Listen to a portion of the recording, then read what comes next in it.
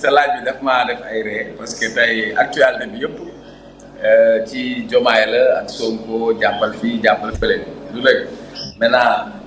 li indi coalition mooy indi siège c'est-à-dire il y a une vérité au-delà de débat bi si siège ça veut dire que kon ñii la ñu jàppoon ba tey jóguñu si dès l'instant que teg nañ ab coalition ñu ne dañ ci teg ab siège donc nag mais am problème bi mooy mën nga dem louer bâche louer ay siège mais nit yi kenn mënu leen louer xaw ma la dégg nga wala dégg ngaa dem waaw mën nga dem louer sa bâche louer say siège indi sa baax teg sa lépp donc ab siège taxut a am mbool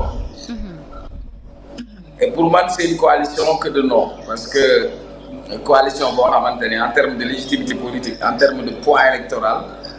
gisuma représentativité bu mu am mais loolu dafay confirmer parce que depuis coow li am yaakaar naa bu fekkoon ni Bassirou Diomaye Faye jël na mesure forte daal ne dakkal na lu jëm ci wàllu coalition kon tey coalition du am si beneen bi Bam Ndiaye nee na ku ñeme nañ laa dee te ku egg dañ laa gunge donc su fekkee Mimi Touré ak ay ñooñam ñu ngi continuer dañuy massifier dem ba defar seen ab siège ça veut dire que loolu ñu def réeroo wuñ ci ak Bassirou Diomaye Faye ça c'est une vérité évidente maintenant du point de vue politique man postulat mu ci waxoon démb laa ci waxaat rek est-ce que Diomaye a besoin d'une coalition ça c'est une grande question et pourquoi Diomaye a besoin d'une coalition parce que man dama jàpp ni sur le plan politique Pastef ak Ousmane Sonko c'est un appareil politique bu am solo mënoo am appareil politique bu mel noonu di ko won ginnaaw ne da ngay dem wuti leneen kon lenn moo ci mën a ne da ngaa jàpp ni yow da ngaa may ambition yi nga am Pastef du la ci soutenir ëllëg nga jàpp ni war nga am sa appareil politique ma jàpp ni bu fekkee loolu la erreur politique mënut a weesu loolu bu fekkee loolu la stratégie politique bii ma gis mooy politique bu suicide politique parce que gëw ma ni cette coalition pour lui apporter quoi que ce soit la preuve en termes de représentativité parce que en politique la noblesse mooy la représentativité mooy nit yi nga dajale ku nekk ban mbooloo moo nekk ci ginnaaw mais man profil yi ma gis ma si koo xam ni mën na feesal car rapide ab car rapide kon gisuma apport bu ñu ko mën a indil donc man bu fekkoon man maa koy conseiller première chose pour man il faut pas se détacher de Pastef parce que loolu mooy scier la branche sur laquelle il est assis parce que Diomaye tey dooleem dëgg mu ngi ko jëlee ci Pastef ak Ousmane Sonko maintenant loolu mooy premier seetlu bi deuxième seetlu bi nga xam ni moom laa am mooy coow li lu muy bëri ba tey dégguma Ousmane Sonko yëkkati kàddu bu ñaaw teg ko ci Diomaye te dégguma it Diomaye yëkkati kàddu bu ñaaw teg ko ci Ousmane Sonko li coow li di bëri ba tey Ousmane Sonko mu ngi dëkk ci nekk premier ministre démissionné wul te Diomaye daa xuma te bu ñu dajee ñoom ñaar ñu ngi saafante di tàppante daje nañ ci ay bis benn ñaar ñett président suy wax ne monsieur le premier ministre Ousmane Sonko suy wax ne sous la vision du président de la République ma ne nag ku yabu nag ci tey ma xalaat ni lii est-ce que doonul ab mbaal ni coow li bi mu amee ba tey kenn waxatul waxu opposition kon ba léegi Cheikh Oumar yaa ngi dagguma la ba léegi yaa ngi ci logique bi nga xamante ne saa su nekk rek moom nga doon wax que li mën na nekk stratégie ba léegi pour ba éliminer l'opposition bi fi nekk ba léegi yaa ngi ci logique. oui mais waaw parce que xal ay mbir am da ngay xool sur les faits waxuma nag li ma wax moom moo am moo war a am mais comme dañuy jàngat dañuy jéem a réfléchir pour jéem a comprendre. parce que am na ay faits yu am yoo xamante ni mën na la pousse nga xalaatee noonu ñaar laa jàpp soit ñoom ñaar tàggalikoo nañ kii jaar na fee kee jaar na fële te su boobaa Diomaye mooy ki ciy perte wala ñu lal stratégie boo xamante ni Pastef mooy nekk opposition Pastef beneen bi tey opposition bi déggatoo leen finalement Ousmane Sonko ak Diomaye rek ngay dégg ñoom ñaar rek nekk ci kaw kenn ña ca des kenn waxatul seen wax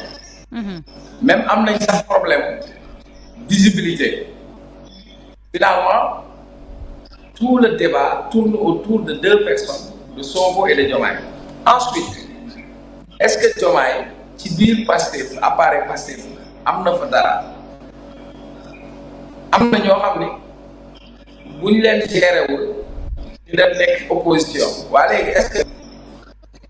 créer bassin de rétention boo xamante ne pour bañ ñooñu rëcc dem opposition ñu maîtriser leen waa bu ëllëgee bu ko Diomaye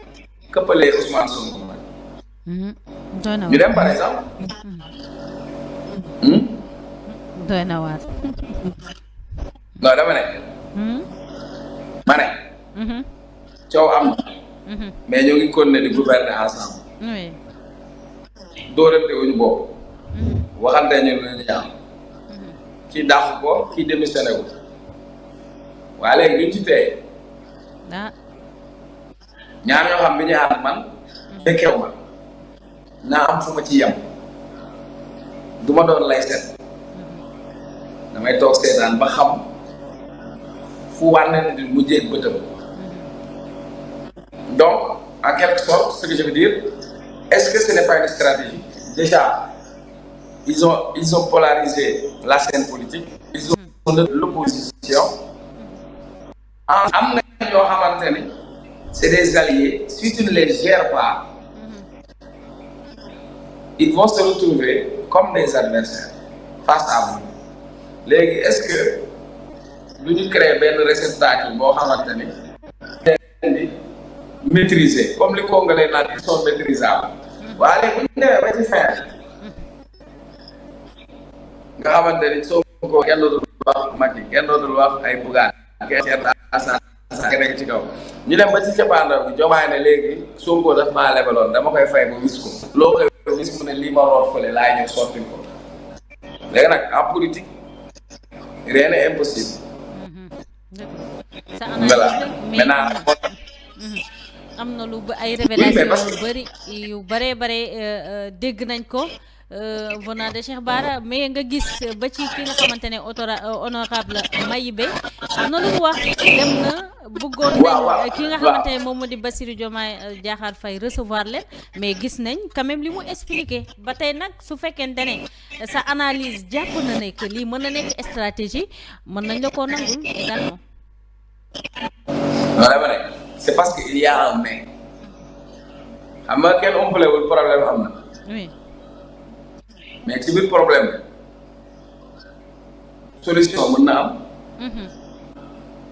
S'il y a un problème il faut penser à la solution. Exact. Mayobé c'est quelqu'un que je connais très bien et que je respecte beaucoup. Oui. À son âge par rapport ak engagement am ma fekkee lu mu maintenir surtout ci mag Pastef. Baara aussi du dëgg ak ñeneen mais dama ne ba tey wax ji yow waxoo ma Ousmane Sonko nee na. wala Diomaye nee na ba tey lii footballu muuma mooy daw comme nag footballu muuma la ah dañuy passante bal da ngay xaar ma xam yow occasion bi fu muy mujjee mais c'est-à-dire bañ a jël une posture radicale parce que ñaar ñiy ànd xamante nañ seen biir bi ñuy nekk opposition dañuy am ay contradictions seen biir di ko régler et aujourd'hui personne ne souhaite à ce que ñoom ñaar ñu tàqali ko xam nga sooy def dara da ngay def hypothèse da nga naan possibilité xaw ma probabilité ça veut dire soit lii li ma gis mooy ñoom ñaar àndatuñu Diomaye dem na coalition am na 16 Sonko jaar na ne le Diomaye war na ginnaaw Sonko Diomaye day nekk candidat wala Diomaye li mu dem root ci feneen day ñëw xëppal ko Ousmane Sonko kon lépp mën naa ne moo tax ma ne naa ci tey nag voilà. kon nañ ci tey ba xam fan la wànnentu di mujjee ki gëtëm ak li nga xamante ne jamono ji moo nekk di fi xew diggante Sonko ak Bassirou Diomaye Diakhar Faye. si Omar dañuy rek daal di ba pare dama la ci yokkal ma ne la. waaw man sama xel moo daw. sa xel dafa daw dafa daw damaa xalaat quoi parce que dans le livre de Lao Tzu, l'art de faire la guerre, Lao Tzu, son livre, c'est de la stratégie politique, stratégie militaire, stratégie commerciale. Lao Tzu devenait la meilleure façon de gagner une bataille, c'est de ne pas la livrer. C'est-à-dire, comment faire pour gagner son adversaire sans livrer bataille. Et dans ce jeu-là, actuellement, dans ce jeu politique, Ousmane Sonko a fini de remporter la bataille face à ses adversaires. Maintenant, l'opposition est reléguée au second plan. Maintenant, il faut voir la suite. Voilà. jërëjëf Cheikh Omar ñu daal di jàll ci beneen poñ APR jamono ji Alliance pour la République jamono ji nag lenn rek moo leen mooy judduwaat politiquement fii ci Sénégal ma lay laaj rek ñoom lan moo leen motiver ba ñu am idée judduwaat ci période bi nga xamante ne ku ne xam na jiixi jaaxa wala ñagas-ñagas dafa am diggante président et son premier ministre. Est-ce que loolu moo leen motiver wala jàpp nga leneen loo xamante ne tamit moo leen motiver à ce que ñu bëgg a judduwaat politiquement fii ci Sénégal su fekkente ne loolu am na est-ce que ba tey loolu dina yomb kii nga xamante ne moom moo di Macky Sall ki fi nekkoon président de la République waaye itam jiite APR avec tout li nga xamante ne jot nañ koo def fii ci Sénégal mu ñeel politique. waaw sa question dafa am solo bu pare